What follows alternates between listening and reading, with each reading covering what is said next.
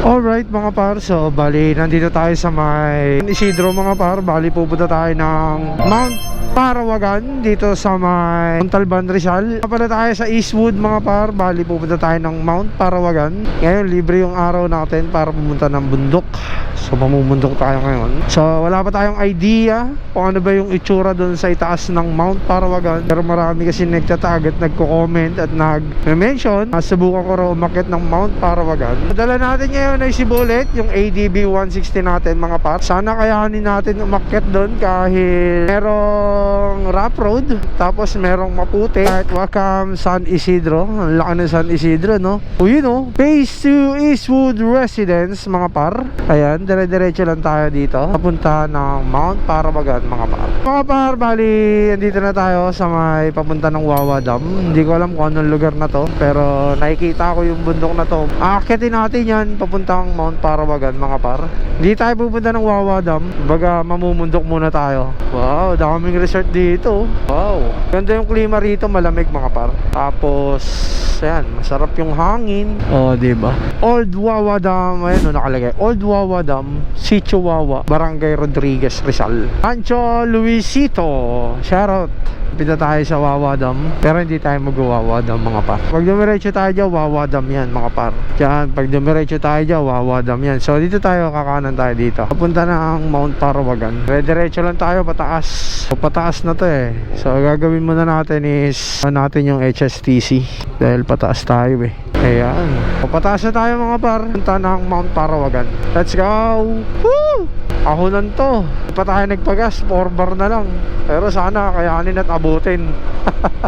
Kasi pag di kinaya, alam na this. Tulak-tulak this. Diba? Ang ganda na ng kalsada rito, no? Ayan. Hams. Ganito yung itsura pala dito, no? Tara, hanapin natin yung rough road. Kaya natin kung kaya ni Bullet. Wow, ganda. Wow, nakaka-amaze. Parang arko yung mga puno, no? Welcome. Parang ginaganon ka ng mga puno, ng mga ano, no? Parang arko eh. Tapos ang lamig ng klima. Diba? Grabe yung ahonan dito. Ayan, no? Kayang-kaya ng ADB natin, mga para si Bullet. David to, naku, panigurado. Hindi ganito takbuhan ko. Ayan, sige, laban lang. Ganda. Ganda ng mga ganitong pagsubok sa buhay. Right. Opya. Ganda naman sa lugar na to. Kadalasan nakikita ko at napapanood ko dito pumupunta ng Mount Parawagan is mga nakabike.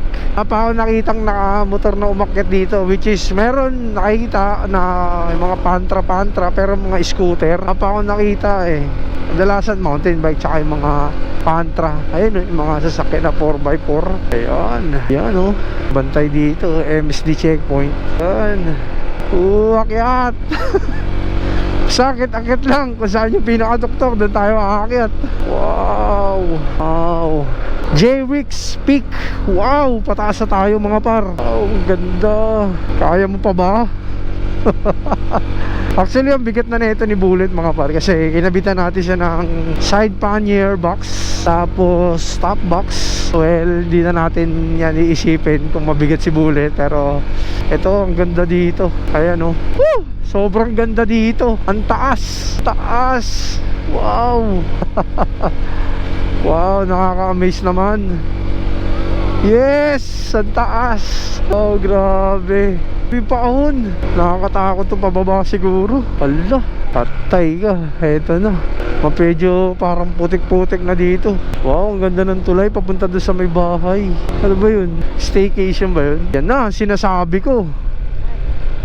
Eto na yung putikan. Pero meron pa namang kalsada dito. Sana yun yung putik na yan is walang, yun malagkit yung ano ginagawa na dito. Ayan o, ginagawa na dito. Uy, uy,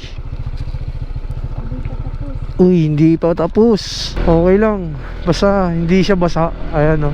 Ayan, sana ganyan lang. Huwag kang uulan.